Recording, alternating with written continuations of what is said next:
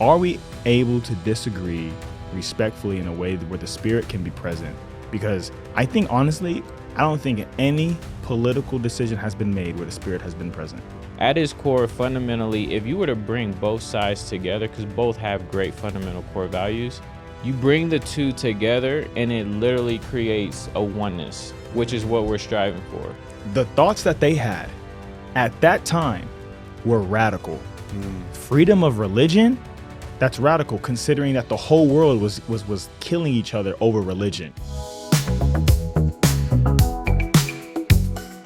Welcome everyone to another episode of Brothers in the Foyer, and I am here with my brothers Will, and I am not even going to introduce you as a guest because you are not a guest anymore, my guy. Made You're here with my boy Bachelor. I make it to the cookout. I thought I was already invited. So, welcome everyone. We are greatly looking forward to this discussion we have today. We plan on discussing faith and the pulpit. And to just get this thing started off and preface our discussion, I'm going to share one of our declarations of beliefs in the Church of Jesus Christ of Latter-day Saints that can get us started and going into the topics of discussion today. So one of the things that we believe as members of the Church of Jesus Christ of Latter-day Saints in terms of government is that we believe that governments were instituted of God for the benefit of man, and that he holds men accountable for their acts in relation to them, both in making laws and administering them for the good and safety of society. So, with that being said and starting off the discussion, I just wanted to preface with that because you can find that also, by the way, in our Doctrine and Covenants in section 134. So this is something that is instituted by the church. So using that in preface of our discussion, we're going to keep this light. We want to have this discussion because we want to create an environment where everyone can express themselves freely, be understood, and hopefully open this type of discussion up without any offense. So please get in the comment section. We want to hear your guys' thoughts as we discuss the topics of faith and politics. Man. I'm gonna wait, see who says anything cancelable, and then Well, I think with these conversations, we have a tendency to look at it like from policy, and we try to remove the human from the policy, if that makes sense. So like when we talk about race, immigration, LGBTQ, like whatever the topic may be, we tend to just focus on the policy or the law and not insert the human, And so I think when we do that, it tends to almost dehumanize the person, and takes the person away from the equation. And so I think instead of doing that, we need to look at the human first and then build policies and laws around the human. I'm not a politician, so I can't tell politicians how to operate, but I think we could have a better society if we do that. Policy is so tough in the United States because we are so diverse. It's always funny that you'll see comment sections try to compare us to different countries, and I remember one comment section was talking about like, yeah, we couldn't ever have Nordic happiness in America. And I was like, yeah, we couldn't because we all don't look the same, right? And we can probably fit, 10 Norways in the size of California, all right? I don't know. Don't fact check me on that. But I think like as Latter-day Saints, though, if we're trying to figure out how to navigate politics and the faith, what I've realized is I don't know if people look at politics as a way to legislate morality, coach up morality, or they're trying to solve the problem. Because you cannot expect, I think it's arrogant and it's inhumane to think that everybody should abide by your morality. That isn't fair. There's no agency involved in that. And then now you're villainizing people. So let's talk about abortion because, man, members of the church get so bent out of shape about abortion. Everybody has different views on when life begins. For someone that's not a member of the church, or even someone who might be a member of the church, if they don't believe life begins until the baby takes the first breath, then abortion to them doesn't look like taking a life. But to you, it might, right? So are you trying to legislate what you believe morality to be, or are you trying to solve a problem? Because in my head, I believe I want to limit abortions as much as possible. You're never going to get fully rid of it. We have to be honest. And as Latter-day Saints, we need to be honest with ourselves in these discussions. You're never going to make abortions go to zero, right? You're not Jesus Christ. So how do we limit abortions? That's how you should be voting as a Latter-day Saint. You have to vote for policies and legislations that lead to ending abortions. The way that I would bring this up is I have a friend. I'm sorry, dog, if you're watching this, I ain't gonna say your name, but you know it's gonna be you. So he's my best friend. He's my best friend. And if I were to tell him in high school to do the things that are contrary to what was popular, so don't have sex before you're married, don't drink alcohol, don't do drugs, right? That is a staple of our foundational beliefs in the gospel, right? The word of wisdom and saving sex for marriage. If I were to tell him that or try to get that legislated, that was not going to be effective, and that was not going to bring his soul to Christ. If my goal was to bring his soul to Christ, it was to live the principles that I believe to live and establish some like common foundational things that maybe would protect them. But in this case, as a friendship, you don't do that. You just kind of like live your life. But he ultimately ended up getting baptized. He was one of like people did not expect him to get baptized. He got baptized, cleaned up his act. But it was the principles that led him to that. So if I want to like handle topics that are controversial in politics, the best thing that I can do is establish foundational things that can solve the issue. Because I think that's where we get caught up in. It's like, oh, like we talked about the labeling. You have one side saying that, oh, you do like, you'll have like the left saying, oh, like these abortion laws hate women. And then you'll have the right saying, oh, you guys are baby murderers. It's like, dude, no. Okay. Like that, like both sides are just you guys talking past each other. And then we also know that when you have confrontation and contention, the spirit's removed. The spirit is the only person that can testify of truth. So now you're just operating on what you think might be right as a member of the church. And that's when it's dangerous. Trying to navigate truths without the spirit present is a losing battle. Yeah. No, I agree 100%, man. There's always that moral issue, and then there's personal situations that sometimes are just out of the control.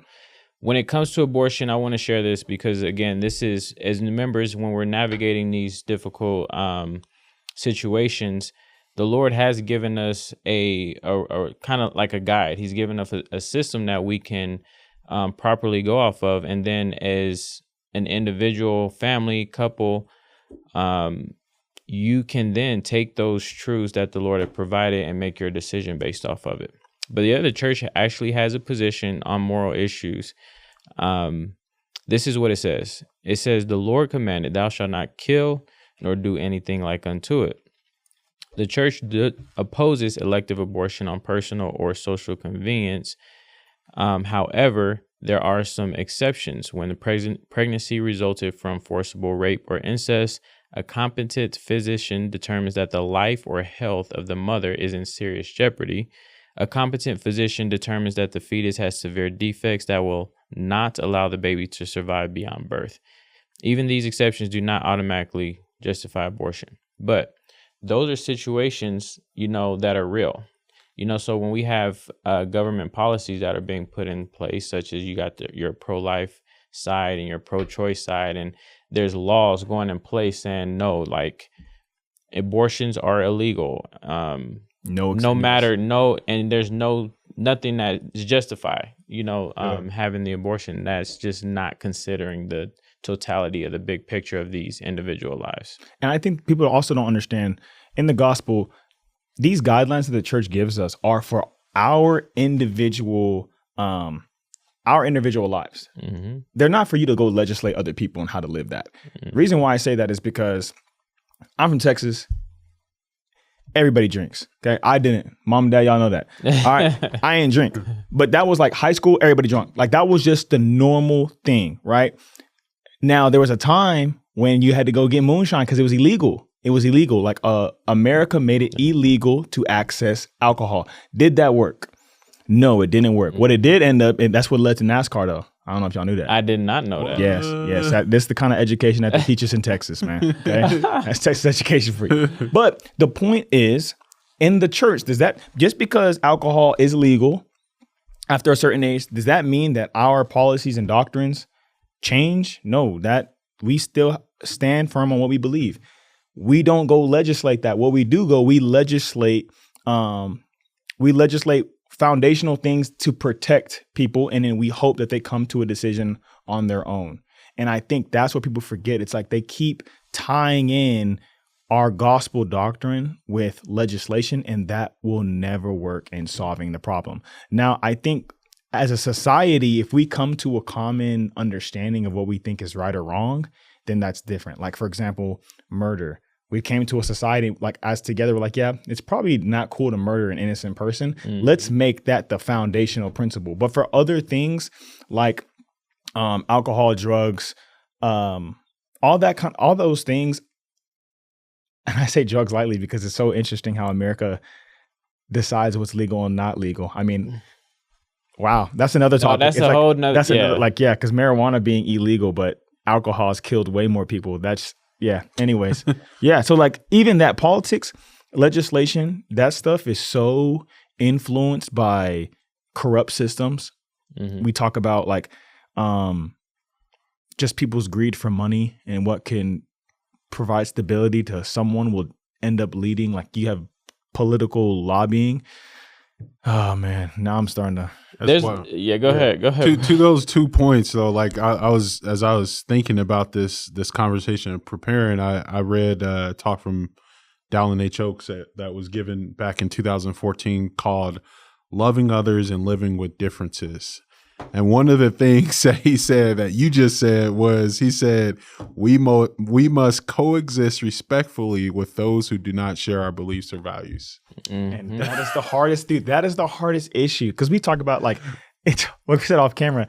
It's hard enough. Yeah. We love marriage. Right. But it's hard enough to have to agree on things, right? Right. Having to do that with hundreds of millions of people and come to like the same, and you're not sitting down with them face to face. You're arguing with them online, and then you're arguing with your perception of them because you don't know who they really are. And I don't know how you feel about me. I know what I think you feel about me. So I'm going off of like our relationship is based off of what I think you think about me. Right. And like that in itself is tough. And having to do that multiplied by millions and millions and millions, it's going to be dang near impossible. And that's why I think the foundation of the gospel, though, that's when we go back to our principles. What can we control?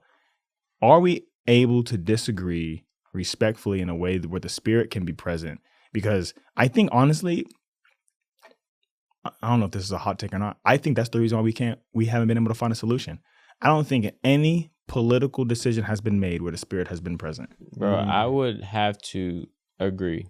I would have to agree with you on that. Like for me, this is just my personal belief and perception thinking about.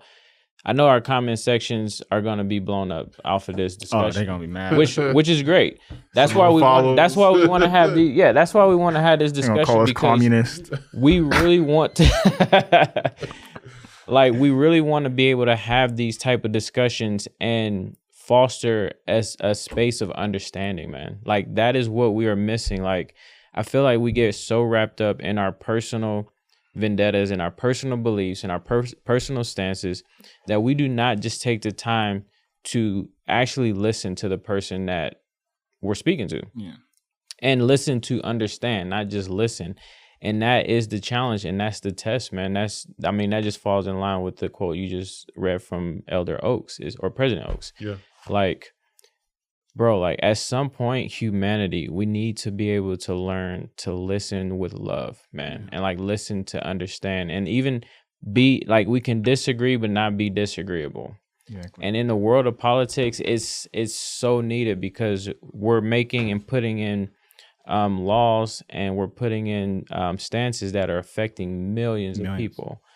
So like you said, how often are, our civil servants meeting around these tables and actually considering the well-being of the people and not what's just going to be considered for themselves or their particular parties? And that's what's tough, because I think it's a losing battle for politicians, because at the end of the day, you have to say what you need to say to get in office. That's what you have to do. So that means you have to go, like, let's say for the benefit of society, you have to do something that's not popular. Mm. You can't say that's what you want to do though, because then you won't get elected. Right. So I think, like someone I admire, Bernie Sanders. Do I agree with everything Bernie says? No. But do I agree with anything anybody says? No.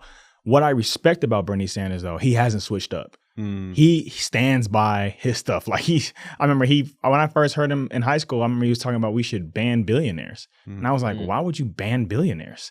Yeah. And then I realized, I'm fighting for people that get more tax breaks than me. I don't even really make that much money. So you know what I'm saying? But I think what people don't understand is that let's even go back. Let's go back. Let's go to the Declaration of Independence. Let's go to the U.S. Constitution when it was established. Like a lot of these people feel like those leaders were divinely inspired. And I would ask you, why do you think they were divinely inspired? Because the thoughts that they had at that time were radical. Freedom of religion, that's radical, considering that the whole world was killing each other over religion. Right. Was killing each other over religion. Right. But that freedom of religion, that was a radical idea. You couldn't even own a Bible in other countries. Exactly. You couldn't own a Bible. You had no access. You couldn't interpret it. So like you had to just take it from believing that someone had the authority, right?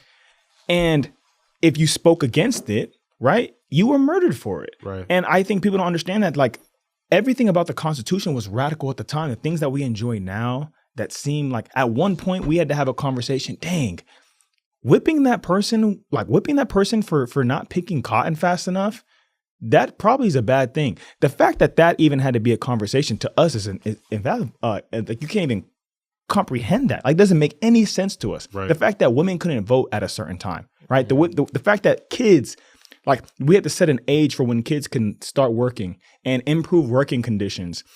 All those things, if you were to announce it at that time, those were radical ideas. So if you're a church member wondering what side of history you should be on, I don't know. I think you should probably go on the side that might look a little bit more radical, because 100 years from now, they're going to look back and be like, wow, I thought that was common sense. Yeah. But in the moment, it's going to feel uncomfortable because it's not what we're used to. Right. But it's not what we're used to, and it's not what is, I guess, the more popular opinion at the time. And I do think, and I can, like, this is something that I can't sit here and say that it's fact, but I do believe that the Spirit was present when they were, when the founding fathers were developing the standard of this country.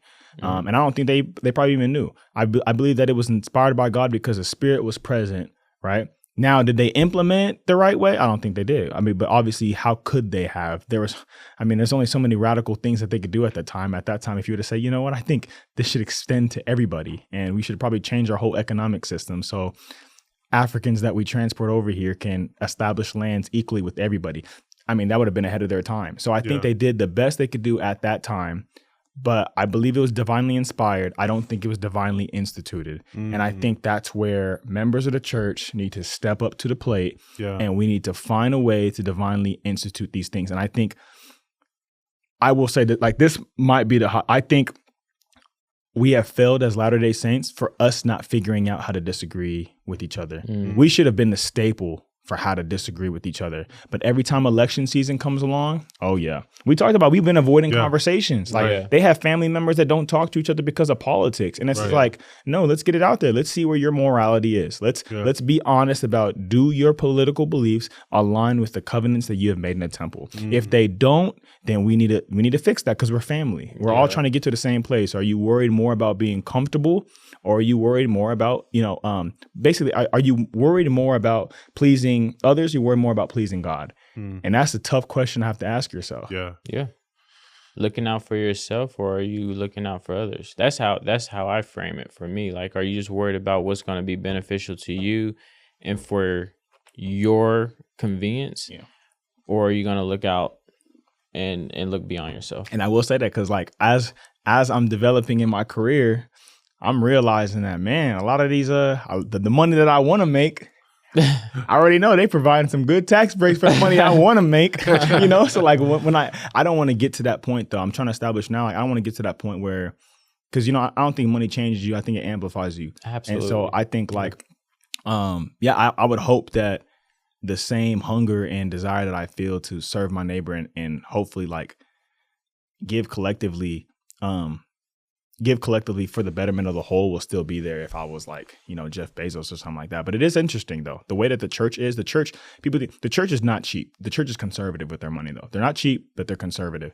And I think people forget that money is power in this country. And so like a lot of people have disagreements with how the church handles their business. The church needs to keep growing their money, because if not, I'm not trying to get into conspiracies or anything, but it ain't no conspiracy. Money runs the system. Like our politicians are not the people that, our politicians, in my opinion, are placeholders for the real people that are in power. Like if you had, $1 trillion, I'm pretty sure a politician gonna do whatever you tell them to do, given the right check. And I think like as a church, we see that we pay 10%, and why is because our influence is greater than you think. We're contributing to our group greater than what you think. If any of us need food, if any of us fall down bad and we need a job, church is there providing resources.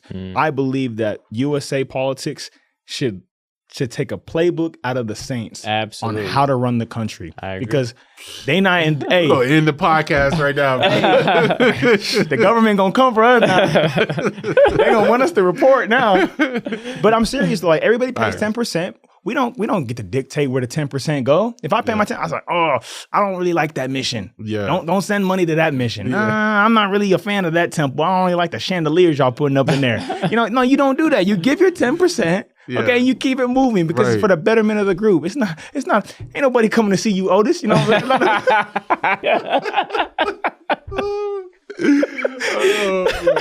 Oh man. Go over somebody's head. Hey, it's all right. They gonna go right over their head. We trying to bring them to the foyer though. Yeah. We trying to bring them to the foyer. Oh my goodness. Yo. But it's facts. It's facts. Oh man. Okay. Yeah, I'm never getting called to be a leader in the church. Oh my God. All right. Hey, that's a good spot. Hey, for everybody that's been tuning in thus far and you've enjoyed this discussion, please like and subscribe. We want to keep bringing these discussions to the forefront. Please hit up the comments as well. We want to hear your thoughts. We want to be able to, again, create this environment that we can foster understanding and learning amongst one another. Also, we want to give a shout out to one of our sponsors at Risen. Risen Change, these pendants, they are amazing. If you want to be able to represent the risen Christ in a fashionable way and yet keep it low key and sleek, go to Risen Change. You can use our promo code FOYERFAM for discounts off any pendants there. All right. Woo. Perfect. All right. Peace. Good. Well, I feel like you got something, bro. What you got? You got something? For man, you just said it so well, bro. Hey, my fault. I thought we actually ended it there. That's what I was like, bro. That was a little segue. Oh. Hey, I do got something for us to build off of since we were in it. So I wanna bring this up. So this is still Doctrine and Covenants 134 for our members. This is the second belief of regarding declaration of beliefs regarding governments. All right. So we believe that no government can exist in peace except such laws are framed and held inviolate as will secure to each individual the free exercise of conscience, the right and control of property, and the protection of life. So, Bachelor, you so eloquently put, as we are discussing and not discussing, but as we're figuring out as a government system or as in Latter-day Saints, how we should vote or how we should even deal with one another when it comes to politics. If we have anything that's being put in place, or if there's any events or situations, current events that revolve around the free exercise of conscience, the protection of life, control of property, that should be a good guide for us. Yeah.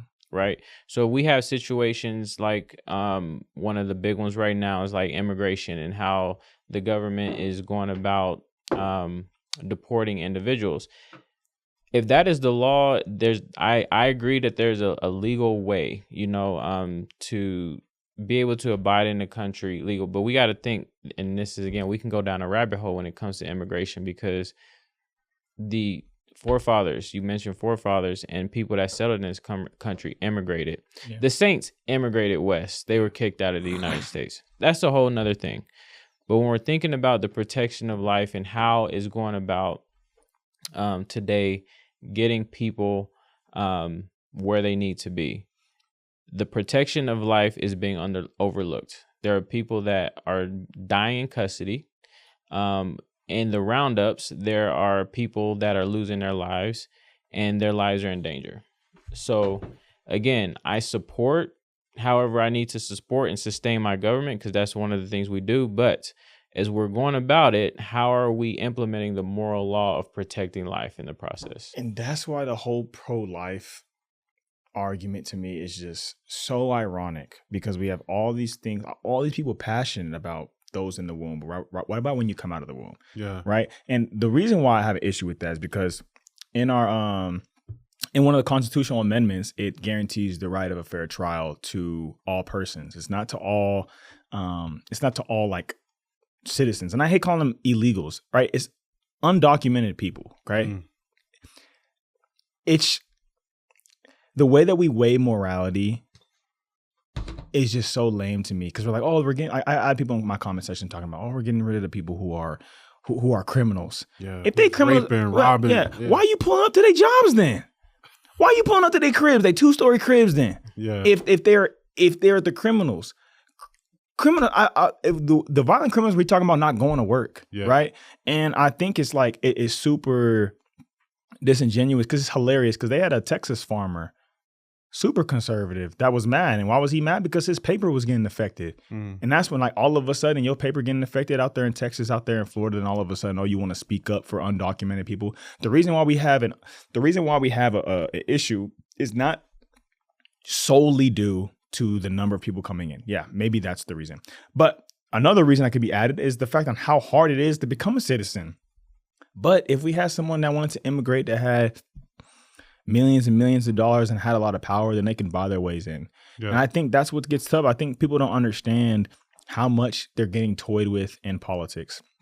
And I'm not saying that, like I said, I don't think as a member of the Church of Jesus Christ of Latter-day Saints that you should solely identify with one political party. I am saying that when it comes to things that have to do with people, social issues, I tend to lean left, because it offers up nuance in conversations. I can go back and forth with someone that's on the left, because I can go back and forth on what I think could be effective, what's not effective, because the protection of life, the protection of people, the betterment of society, the improvement of health is at the center. When I argue with people that's on the right, it's not that I can't have those conversations. It's the conversations that get personal and get disrespectful tends to be those people. And that's why, for me, it's like, I'm not going to label everybody. Let's say that I had 65% good conversations and 35% bad. Majority of people that are having 35% bad tend to be right. And it's because our basis on what we view humanity to be is just different. Yeah. And we have majority, like, I grew up around mainly conservatives. I mean, I'm from Texas, being out here in Utah. So majority of my mentors are conservative. Let's make sure we put that out there. But I'm saying that when it comes to these disrespectful comments about referring to people as illegals and referring to them as criminals, they don't understand that a lot of the people that you might be around, they might be undocumented. I ran into a dude that was undocumented at the gym, and he's white. I'm not gonna say the country that's from, because I'll kind of expose him, but like, he talked to me about the whole process about trying to get his like work visa and how difficult he is. And he's been not just a hardworking individual, but he's been a great representation of this country, right? But he also can acknowledge that he don't get the same sort of treatment as someone that is Latino. Like, it's just vastly different. And so I think like the way that we base morality in our faith is just, it's really tough to hear. Yeah. Because it's at what point are we arguing about right or wrong, or are we just arguing about right or left? And that's just a different arguments I have. We lose focus of the Savior, man. Yeah. In it is for some reason or another. I actually looked at the core fundamental stances on right and left, and for me, I'm talking about the core fundamentals. Like, obviously at this point it's very corrupted, and there's been and but what it is to is true. Yes. Yeah, but what it is to is true, and where it should be. Because right now what we have is left and right, and then we have the extremes of both. But at its core, fundamentally, if you were to bring both sides together, because both have great fundamental core values, you bring the two together and it literally creates a oneness, which is what we're striving for, or should be striving for anyway. It is the best of our society, because you cannot, if you go too progressive, right, you lose the basis of a standard of what it is to function as a society, right? If you go too conservative, then you're never going to progress. And I think, like you're saying, like that's why I had put it in my comment section that I feel like if you put 5 conservatives with 5 liberals and then 2 other rooms with 10 conservatives and then 10 liberals, the 5 and 5, it's going to take them a longer time to come to a resolution, but I promise you that resolution will be better than the other 2 rooms. And I put all my money on that. And the reason why is because you have to offer up those perspectives, because we can't sit up here as Latter-day Saints and say that we completely disagree with the conservative side, because no, there's an establishment of like family values. There's an establishment of what it means to be a citizen and like basic rights that we feel like we deserve to have. And hard work. Yes, hard work. And then on liberal side, like there's like my main thing always going to deal with social issues and finances. We believe in taking care of one another. We believe our taxes go into the good. We also believe in making sure that there's opportunities for everybody that's affected to be able to grow in a way that can allow them equity in this country. And we do that in the gospel, right? In the gospel, they have financial literacy courses and manuals that are, depending on where you're from, like if you're in a Black area, they're going to have it catered to the Black community. But people don't know that. The church doesn't just put that out there, but that's what they do naturally, because that's what we believe. If they were to go to a different country, it'll be the same thing implemented, because they understand that there has to be cultural nuance when you're trying to establish not just credibility, but if you're trying to help the saints grow, you can't help them grow in a foreign environment, right? You plant the seed in an environment that they're used to, right? And then once they grow, like the fruits of that can be enjoyed by all. But until then, you have to build them up where they are. And I feel like the church has that perfect balance between what we call right and left. Yeah. Do you think that comes into play because we all try to look at each other as sons and daughters of God, like equity, equality, things like that? Or is it like something else that? I think it is. I think looking at each other as sons and daughters of God, but also the humility that we need each other. And I think like in America, we feel like we don't need each other. And that's the problem. That's what happened. And I honestly think that's what's going to be our downfall. That's going to allow another country to run up on us. I think like with China, I don't know if y'all seen what they've been doing with their technology, but their EVs, their education, ahead of us. And why is that? It's because they legislate those things. Like we wouldn't agree with their form of government. We wouldn't agree with how like their tax dollars go to funding. Like they have government funding for these businesses. We wouldn't say, yo, Elon, here's some of our tax dollars, build us the best EV, right? Because we have a free market. We have capitalism. But the thing what they have in mind is like the same thing that we have in mind at this little facet. Like this little facet is that there's a collective understanding to improve their country. With us, this is a collective understanding to improve our saints, and improving our saints will mean servicing the world. That's why we are not discriminatory when it comes to aid to other countries. We may disagree with your local policies. We may disagree with how the individual families may run their lives, but we're going to be there to support you when you need us. That's who we are as saints. We don't bring that to politics, though. We don't say, dang, just because if I disagree with you, I'm not lobbying for you. I'm not going to provide this for you. You're not going to like represent us. You saw what they did to Mitt Romney. You saw what the Saints did to Mitt Romney. They called that man. They said he was a rhino. Like, I didn't even know that. I said, y'all coming up with names these days. Like, so you called that man a rhino just because he disagreed with them on, like he spoke out against Trump and they turned on him. And I was like, wow, like y'all would really turn on a man that has dedicated his life to building up the kingdom of God, right? But you'll turn your back on him for a dude that don't live gospel standards at all. Wouldn't be able to hold a temple recommend. Right. So that's what I'm saying. It's just very interesting the way that like we don't take our gospel into our politics. And I'm not saying that you can't support Trump. Don't twist my words now. I'm saying that it's wild that we did that to one of our own brothers and sisters. So that what was crazy to me. Because I guarantee like, I mean, Romney can't just walk on. Like, imagine he went to like a super, super conservative Pioneer Day celebration. Man, a lot of those dudes won't even want to talk to him. Right. And that's what for me is just wild to think about, man. Yeah. Bro, well, speaking on, because I'm gonna backtrack just a little bit, because we spoke a bit on the Constitution and how we felt it was divinely inspired. I want to share these words from President Oaks from his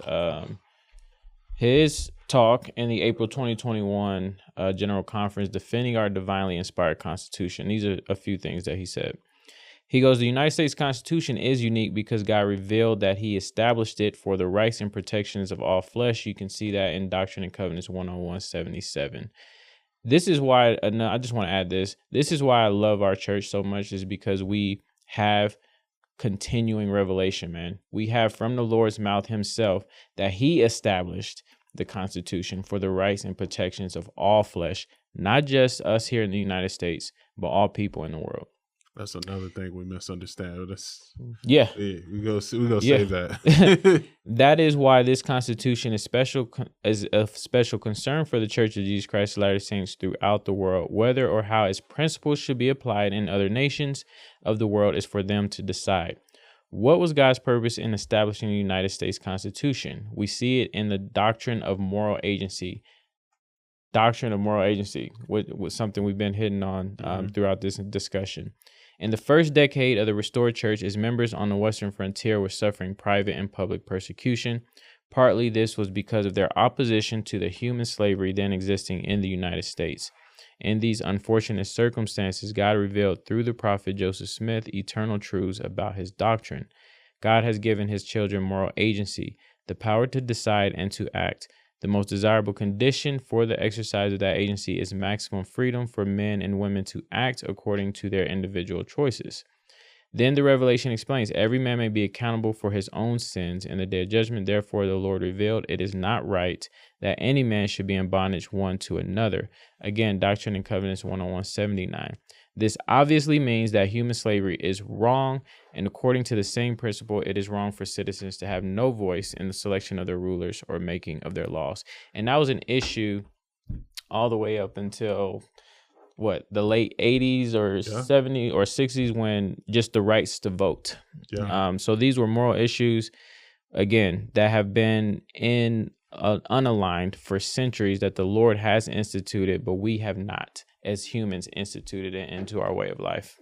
Even to that point, not to derail this conversation, but even to that point where we had leaders in the church calling the civil rights movement a communist party and function that was happening.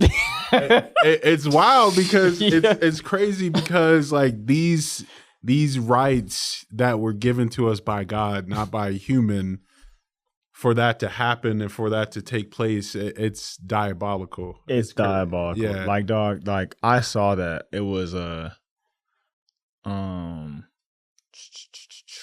we could say his name. Ezra Taft Benson. Oh yeah, Ezra Taft Benson. And it's like, yeah, he called MLK a communist. And I thought that was, first of all, like, you'll never see. Ezra Taft Benson called MLK a communist, but our current leaders have not said a single word about the crazy things that our current president has said. You know what that means? Does that mean that means the church has figured out we might need to keep our political opinions to ourselves, because we are going to be influenced by our individual opinions about things. We're not going to go into the Ezra Taft Benson. We can say that for another day. Yeah. But man, that's because that stuff gets me heated, because it's just like, he was radical in his approach, so was Jesus Christ. What would we call Jesus Christ then? Now, with that being said, I think what I don't want the viewers to miss out on is how the Constitution is divinely inspired. I don't think people understand. The amendments to the Constitution is ongoing revelation for our country. Right. Same way that we have ongoing revelation for our policies. That's why I like the amendments are things that we should be taking to heart. Like, we have, our cultural influence has impact on the amendments. Now, if we are getting close to the wrap up, I want people to recognize, like, You want to be able to read the Oaks talk and read President Nelson's talk, Peacemakers Needed. It said, so basically he goes in on basically how to disagree.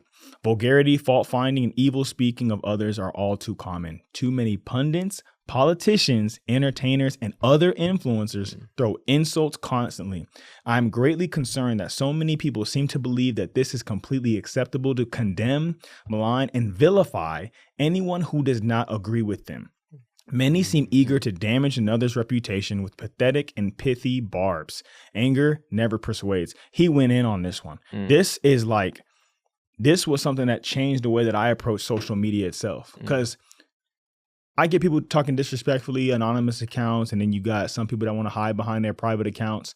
And then I felt like, okay, if that's what we want to do, that's what we want to do. Like, we used to do this at the lunch table all the time. Like, those roast sessions were vicious. So if you want to, if you want to come, like, the Lord blessed me with a sharp tongue. You know what I'm saying? Like, it got the same words that can help bring someone to Christ. I know the same way can make you feel like you in hell. So I had to teach myself. No behavior justifies any unchrist-like behavior. And it was humbling because when he said that talk, I wasn't thinking about politicians and pundits. I was thinking about me. Right. I was like, dang, how can I hold someone to a standard that I don't even live? So it recommitted me. And this was in 2023. So it wasn't like it was a crazy long time ago. So it's like, listen to that talk, man. After every single intramural game, man, I'll come back home. It's like, dang it, did it again. Let me re-listen to this talk. Right? Let me repent. Yeah, let me repent. But it has gotten to the point where now on social media, I don't feel the desire or the need to go at anybody disrespectfully, right? Yeah. And I think that is like the power that comes from trying to align yourselves with the Spirit. Because there's been many times when I've disrespected the Spirit, many times where I have offended the Spirit, and I've noticed that I'm already nothing in the speck of the universe, but you feel like even below dirt. Yeah. When you feel the difference between when you have the Spirit and when you don't. And I think, like, all in all, I think what we want the viewers to understand is, like, yeah, we're still not going to agree politically, but how can we disagree appropriately to lead us to having at least some common base that we can grow upon? Because my daughter's gonna be born within a week, man. And I'm thinking to myself, like, what kind of world am I bringing her into? And I haven't had that same experience as a father where you guys are sitting over here like, dang, like, I'm looking at this news, looking at your child, looking at your child. And I already know that's coming up soon. So it's like, what can I do? Like, how can I do my part before that comes? Absolutely, man. Most definitely. I think you said it right. I mean, that's the solution. We got to love each other. We got to see each other as God sees us, as sons and daughters of God. And I think as we do that, the way we treat each other will change over time. And it's not an overnight thing. You know, it's going to take some time to change those biases, those beliefs that we've grown up with. And I think that's a part of the solution, you know, but the biggest part of that is sitting down and having these conversations, for sure, and being open to hearing other people's point of views about something instead of being defensive and, you know, afraid or fearful that their thoughts will become your thoughts. Absolutely, bro. Appreciate that. Well, this has been great. This has been great, fellas. I just want to end this off as we had this discussion. I just want to end it from, I'm going to paraphrase 33 Nephi 27. But Jesus asked his disciples, what manner of men are you to be? And he says, even as I am. So as you all listen to this discussion and when it comes to faith and politics and how we can navigate our discussions around these issues with one another, it is our hope that we can remember the type of persons we ought to be and how we can hold these discussions. Thank you guys again for joining us here at Brothers in the Foyer. We want to give a big shout out. Thanks, Batch, for being here, bro. Appreciate y'all, man. Love you always, man. Your insight is always amazing, and love everything that you're doing for the people. And I say the people, I mean everybody, because everything that you put out is relevant, not just for members of the church, but for people that are looking for Christ. And that's what we're trying to do, is just bring people to Jesus wherever they are. So again, thank you guys. Fill the comment sections, like, subscribe. Also want to give a quick shout out to our partners at Serve Clothing. They offer all types of gear, from sweatsuits to white polos that are vented and comfortable. So go to serveclothing.com, look at their products. Again, we have a promo code with them as well, Foyer fam. Hit it up. Thank you guys for joining the discussion, and we look forward to the next time. Peace. Peace. Inviting all to come and try.